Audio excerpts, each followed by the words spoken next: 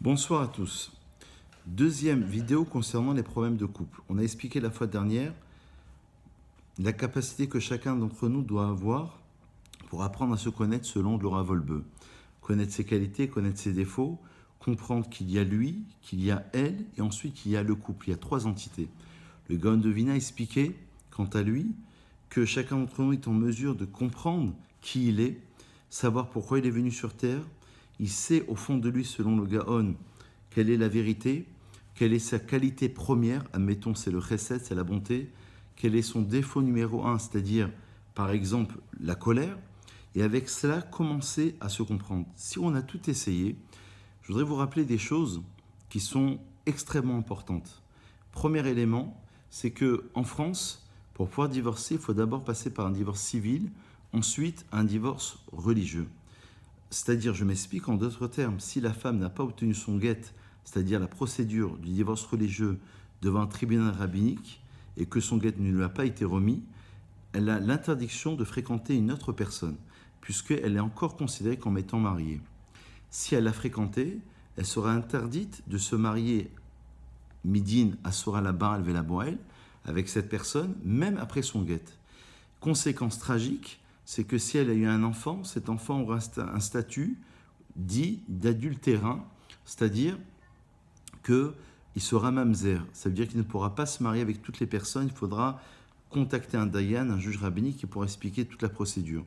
Donc évidemment qu'il y a peut-être un respect à avoir, des valeurs sur lesquelles les rabbins, à mon sens, les dirigeants communautaires doivent nous permettre de revenir vers ces valeurs-là, la sauvegarde du couple, et comme on l'explique très souvent, le Shabbat par exemple, c'est une sauvegarde qui est extrêmement importante puisque ça permet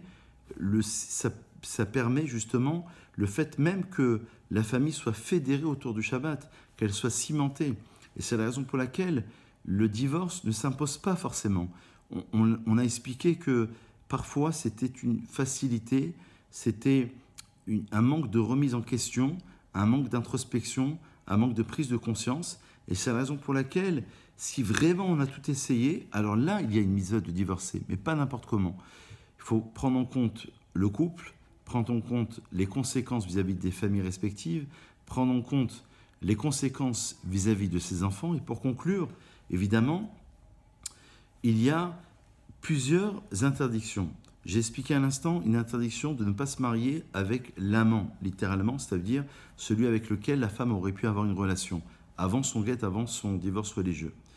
Expliquer aussi qu'il y a une autre interdiction extrêmement importante, c'est que Mahazir Kerushato, il y a parfois une mitzvah de se remarier avec sa femme avec laquelle on a divorcé.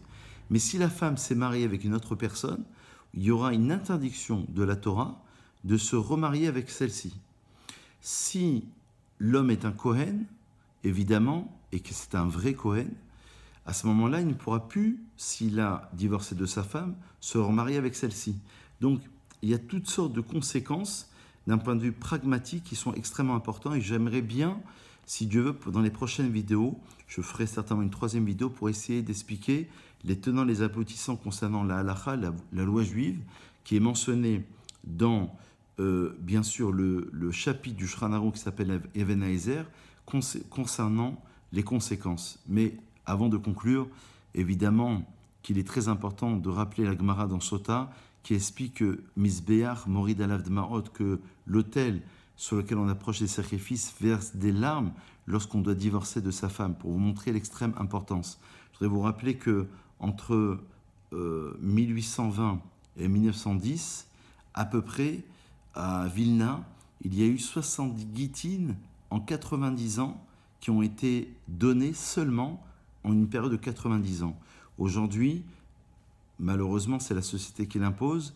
On donne pendant plusieurs jours, plusieurs guitines, plusieurs divorces religieux. On s'est habitué à cette idée.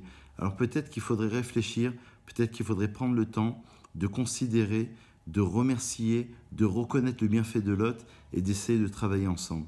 J'espère que ça pourra nous aider à pouvoir évoluer. À très vite.